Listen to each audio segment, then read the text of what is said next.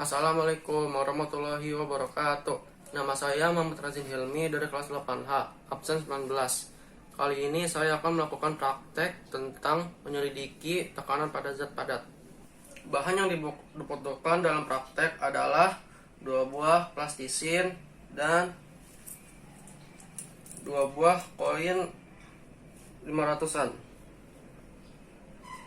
Langkah pertama yang dilakukan dalam praktek adalah kita siapkan dulu 2 buah plastik yang tadi dan kita letakkan, dan kita ambil uang logam dan kita letakkan pada sebuah plastisin. Yang satu posisinya adalah vertikal dan uang logam yang kedua adalah horizontal. Langkah kedua, kita akan memberikan tekanan kepada kedua plastisin ini dengan cara yang pertama adalah menekan koin vertikal dan yang kedua adalah menekan koin dengan posisi horizontal.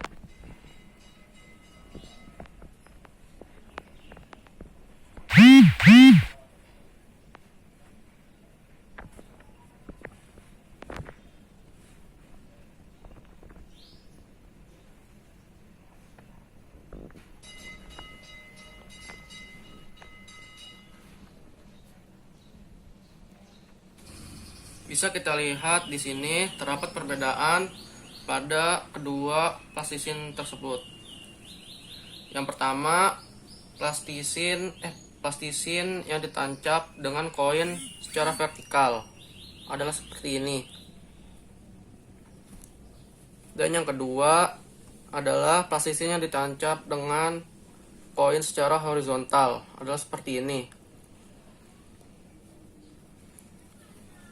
Plastisin yang ditancap dengan uang logam vertikal, bekas tajapannya lebih dalam dan luas tajapannya sangat kecil. Sementara bekas tajapan dari uang logam yang horizontal terlihat lebih dangkal, bekas tajapan lebih dangkal dan tidak terlalu dalam, dan luas bekas tajapannya lebih besar dari uang logam yang vertikal.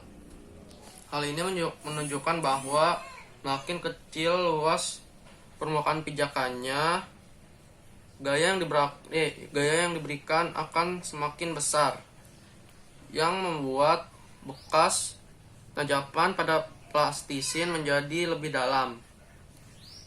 Kita bisa lihat ini terjadi pada plastisin yang ditancap dengan uang logam secara vertikal. Sementara itu, semakin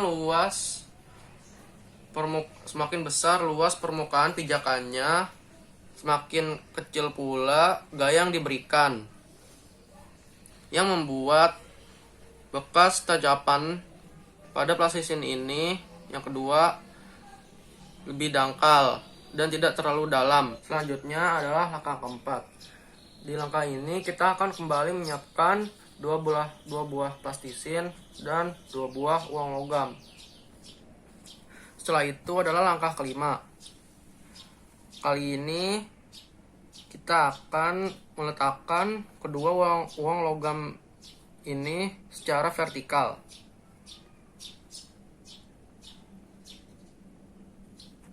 Setelah itu adalah langkah ke-6.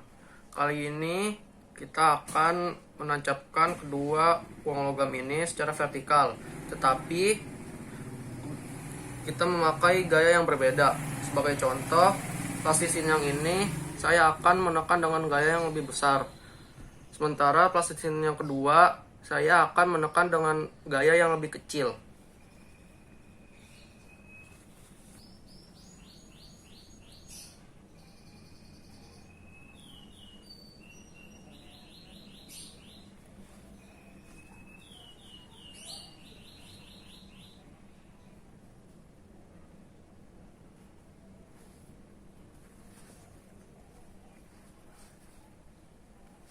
Selanjutnya adalah langkah ke-7.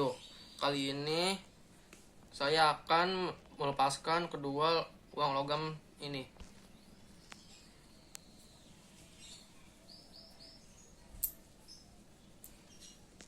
Bisa kita lihat plasisin yang ditancapkan uang logam secara vertikal dengan gaya yang lebih besar, bekas tancapannya akan lebih dalam. Sementara plasisin yang ditancapkan dengan uang secara vertikal dengan gaya yang lebih kecil, bekas tancapannya tidak terlalu dalam dengan plasisin yang ditancapkan dengan uang secara vertikal dengan gaya yang lebih besar.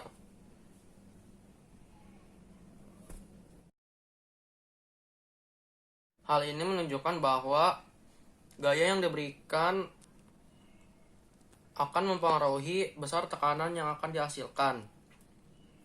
Semakin besar tekanan yang diberikan, semakin besar pula tekanan yang akan dihasilkan. Sementara itu, semakin kecil gaya yang diberikan, tekanan yang dihasilkan akan semakin kecil.